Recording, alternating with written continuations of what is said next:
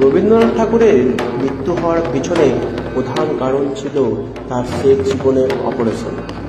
রবীন্দ্রনাথ ঠাকুর শেষ বয়সে মরণ রোগে আক্রান্ত হন, তবে এই নিয়েও অনেক বিতর্ক ছিল। কবিগুরু অসুস্থ থাকা সত্ত্বেও তিনি নিজের শরীরে অস্ত্রোপচার করতে চাননি, কিন্তু 1916 সালে প্রথমবার চিকিৎসা করেছিলেন কিংবদন্তি ডাক্তার নীলরতন সরকার। তিনি কবিকে বাঁচিয়ে তুলতে অপারেশনের সিদ্ধান্ত নেন। ডক্টর নীলরতন সরকার কবিগুরুর অস্ত্রোপচারের জন্য বিধানচন্দ্র রায়কে সঙ্গে নিয়ে কবিগুরুর অপারেশন করেন।